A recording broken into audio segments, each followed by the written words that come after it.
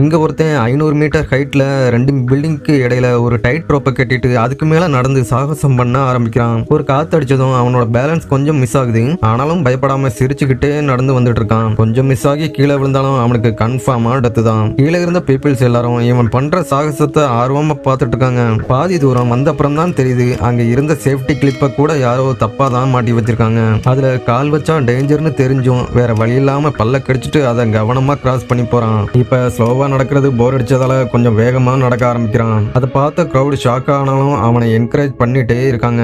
நல்லா போயிட்டு இருந்த அவன் திடீர்னு ஒரு ரிஸ்கை எடுக்கணும்னு முடிவு பண்றான். உடனே ஆல்ரெடி காயமாக இருந்த அவனோட வலது காலை மெல்ல அந்த கம்பிக்கு மேல பின்னாடி கொண்டு போயிட்டு அதுலயே முட்டு போட்டு நிக்கிறான். கீழே இருந்த மக்கள் எல்லாரும் பயத்துல உறைஞ்சி போய் நிக்கிறாங்க. கொஞ்ச நேரம் ரெஸ்ட் எடுத்துட்டு திரும்பவும் நடக்க ஆரம்பிக்கிறான். கிட்டத்தட்ட எண்டிங் பாயிண்ட் வந்ததுக்கு அப்புறம் போலீஸ் அங்க வந்து அவனை வேகமா திரும்ப வர சொல்றாங்க. சாகாம தப்பிச்சு வந்துட்டானேன்னு அவங்க நினைக்கிறதுக்குள்ள சடனா அவன் கையில இருந்த கம்பியை மேல தூக்கி போலீஸையே கன்ஃபியூஸ் பண்ணிட்டு ஒரு யூ டர்ன் போட்டு திரும்பவும் அது மேலேயே நடக்க ஆரம்பிக்கிறான். கொஞ்சம் முன்னாடி போனதும் அவன் கையில வச்சிருந்த கம்பியை அந்த ரோப்புக்கு மேல வச்சுட்டு அதுக்கு மேல முழங்கால் போட்டு நின்னுட்டு 2 கைகளையும் விரிச்சு பின்னாடி சாய ஆரம்பிக்கிறான். கீழே இருந்தவங்க எல்லாரும் இவனுக்கு பைத்தியமா பிடிச்சிருக்குதுன்னு திட்ட ஆரம்பிக்காங்க. கொஞ்ச நேரத்திலேயே இன்னும் நிறைய போலீஸ் அங்க வந்துடுறாங்க.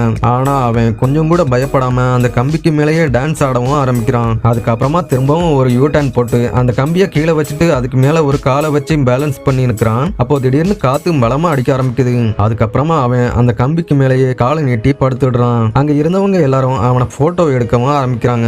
அவன் எழும்பி திரும்ப நடக்கும்போது அந்த சேஃப்டி கிளிப்ஸ் எல்லாம் திடீர்னு கட் ஆனதால கீழே விழுகிற மாதிரி போயிடுறான். ஆனாலும் பேலன்ஸ் பண்ணிடுறான். அவனை ரெஸ்கியூ பண்றதுக்காக போலீஸ் ஹெலிகாப்டர்ல அங்க வந்துடுறாங்க. அப்போ திடீர்னு மழையும் புயலும் வர்ற மாதிரி கிளைமேட் சேஞ்ச் ஆகுது. அவன் திரும்பிடலாம்னு நினைக்கிறப்ப அவனோட காலில் இருந்து பயங்கரமா ரத்தம் வர ஆரம்பிக்குது.